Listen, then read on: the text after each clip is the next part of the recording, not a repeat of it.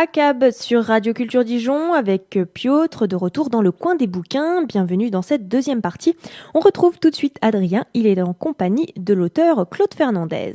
Bonjour Claude Fernandez, pourriez-vous expliquer à nos auditeurs ce que vous faites dans la vie ? Je suis auteur de poésie, romans, critique musicale. Donc je fais de la poésie surtout quand j'en ai le temps et quand j'ai l'inspiration. Évidemment, ce n'est pas mon activité professionnelle. Mais est-ce qu'il faut vraiment accorder une importance primordiale à l'activité professionnelle ?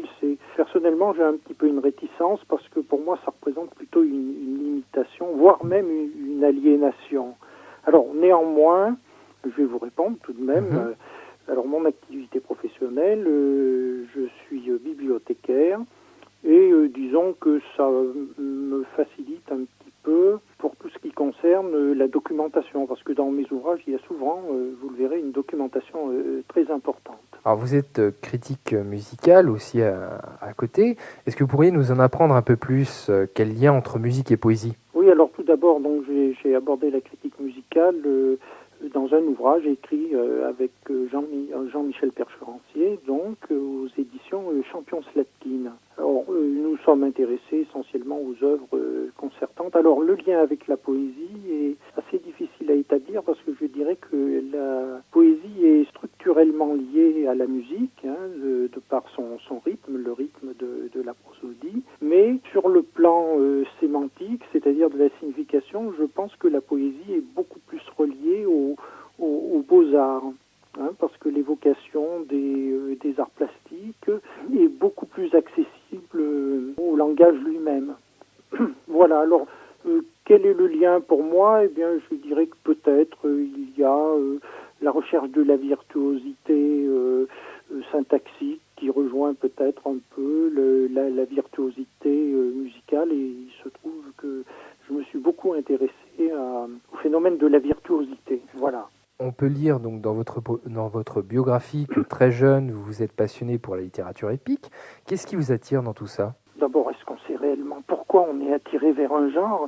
Je pense d'une manière générale que c'est pas tellement le contenu historique, parce que paradoxalement, je m'intéressais très peu à l'histoire. Et d'ailleurs, j'ai toujours été assez mauvais en histoire sur le plan scolaire. Alors, ce qui m'attirait finalement, c'est peut-être des caractéristiques fondamentales comme la recherche de la grandeur, la recherche de la puissance, du lyrisme, ce qu'on pourra appeler la vis lyrica, c'est-à-dire véritablement la puissance lyrique. Je crois que c'est ce qui m'a attiré vers la littérature épique. Pourriez-vous présenter à nos auditeurs votre saga de l'univers ? La saga de l'univers, eh bien, c'est un poème que j'ai écrit, une suite de récits poétiques en 27 000 vers, et qui va depuis l'origine des temps jusqu'à la fin des temps hypothétiques. Alors, c'est un essai de totalisation de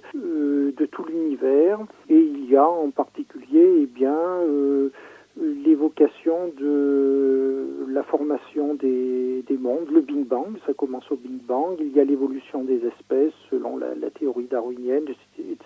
L'évocation de toutes les grandes civilisations sous divers aspects. Alors d'une manière générale, c'est un choix d'épisodes historiques. Alors des portraits, il y a des portraits de figures célèbres, bien sûr. Alors ça peut être aussi bien Périclès que Mao Tse-tung, que des prêtresses celtes, que César, que Cléopâtre, etc. L'aspect épique au sens strict n'est pas oublié, puisqu'il y a aussi des batailles. Alors ça peut être les batailles d'Alexandre le Grand, aussi bien que les campagnes de Napoléon, etc. Des scènes de la vie pittoresque, par exemple la vie dans les corons en Angleterre au XIXe siècle, et ça peut être aussi des évocations générales. Et il y a à peu près tous les lieux du globe, enfin tous les lieux du globe, disons, les plus emblématiques et les époques les plus emblématiques que j'ai essayé d'évoquer. Donc voilà pour une tentative d'approche de cet ouvrage. Et alors j'ajoute sur le plan pratique que ça comprend de 17 tomes, et qu'on peut trouver donc ces tomes en librairie, bien sûr, aux éditions Solaire. Il faut quand même préciser le nom de l'éditeur parce qu'il faut les commander. Et puis aussi, la totalité peut être lu sur Internet, donc à l'adresse www.claude-fernandez.com. Alors, à partir de quel âge avez-vous eu l'ambition de réaliser une fresque de l'humanité en verre qui retrace les grandes étapes de la civilisation? C'est aussi une manière aussi de pouvoir, réaliser, de redécouvrir l'histoire d'une manière originale finalement. Oui, mais pas que l'histoire, hein, bien sûr, puisqu'il y a la planète, il y a aussi bien la géologie. Donc la science aussi, science, histoire. L'astronomie, etc., que l'histoire. Alors donc, à partir de quel âge? Alors, ce qui est symptomatique, c'est que, bon, comme de nombreux poètes, donc j'ai commencé à écrire de la poésie assez tôt, donc depuis l'adolescence, mais et c'est ce qui est intéressant, c'est que la poésie épique, je ne l'ai abordée que beaucoup plus tard. Parce que c'est une forme de poésie qui est peut-être moins naturelle, peut-être moins intuitive, et puis qui nécessite tout de même un bagage sur le plan des connaissances, sur le plan technique plus important. Voilà, donc alors la poésie épique, je l'ai abordée à peu près pour beaucoup plus tard, donc vers l'âge de 30 ans. Alors, combien de temps est-ce que ce travail de réalisation de 27 000 vers vous a pris, hein? Oui, chers auditeurs, vous ne rêvez pas 27 000 vers, hein, passionnants, mêlant histoire, science et poésie, dans une vive harmonie. Combien de temps? Alors, bon, le temps, ce n'est pas que j'aime trop insister sur le temps, parce que c'est pas tellement ce qui compte, mais ce qui peut être intéressant tout de même, c'est de remarquer que je l'ai écrit en plusieurs périodes. Alors, on peut dire en gros 20 ans. Hein. Mais les épisodes d'inspiration, eux, sont peut-être beaucoup plus limités. Et puis, je l'ai écrit en deux parties. Il y a tout de même la première partie qui était l'Antiquité, qui est tout de même ma période élective, la période qui m'a le plus passionné, qui me permet le mieux de m'exprimer. Et donc, au bout d'une dizaine d'années, je me suis arrêté après la fin donc de l'Antiquité.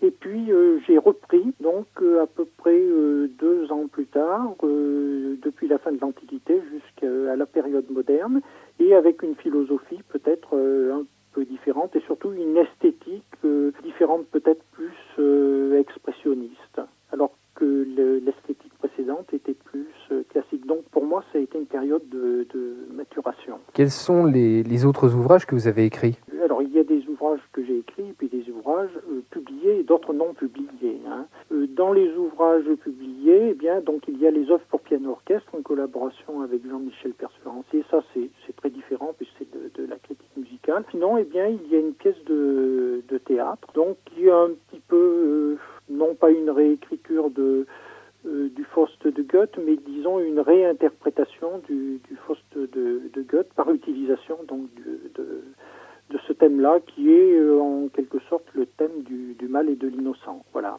Alors, le lien entre la pièce de théâtre et puis d'autres romans, des romans également que j'ai écrits, eh bien, c'est peut-être la recherche d'une écriture poétique, même pour ces genres qui ne sont pas obligatoirement poétiques, c'est-à-dire du théâtre poétique, du roman poétique, etc. Voilà, c'est toujours la poésie qui est le lien. Mais ce qui est quand même impressionnant, c'est que vous êtes à l'aise dans tous ces genres, hein, poésie, roman, théâtre, essai, critique musicale. Oui, mais toujours avec le lien de la poésie, et puis à peu près les mêmes thèmes. C'est tout de même une recherche des qualités nietzschéennes, la recherche de la puissance, de la beauté, etc., de la pureté. Voilà, finalement, bon, on a dit souvent qu'un écrivain, il écrivait toujours la même chose, et ben c'est peut-être mon cas aussi.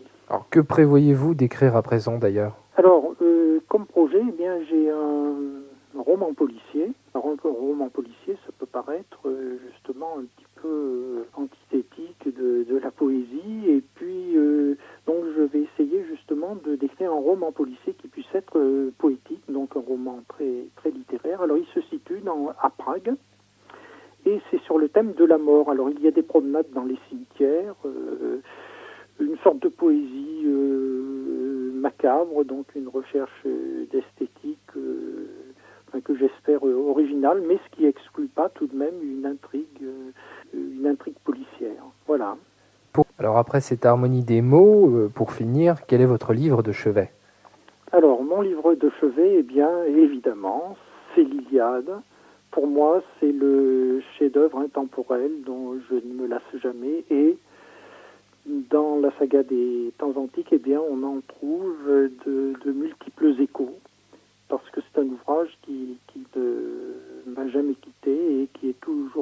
important pour moi et qui est en moi-même, donc quand j'écris, quand je pense ou quand j'écris, voilà.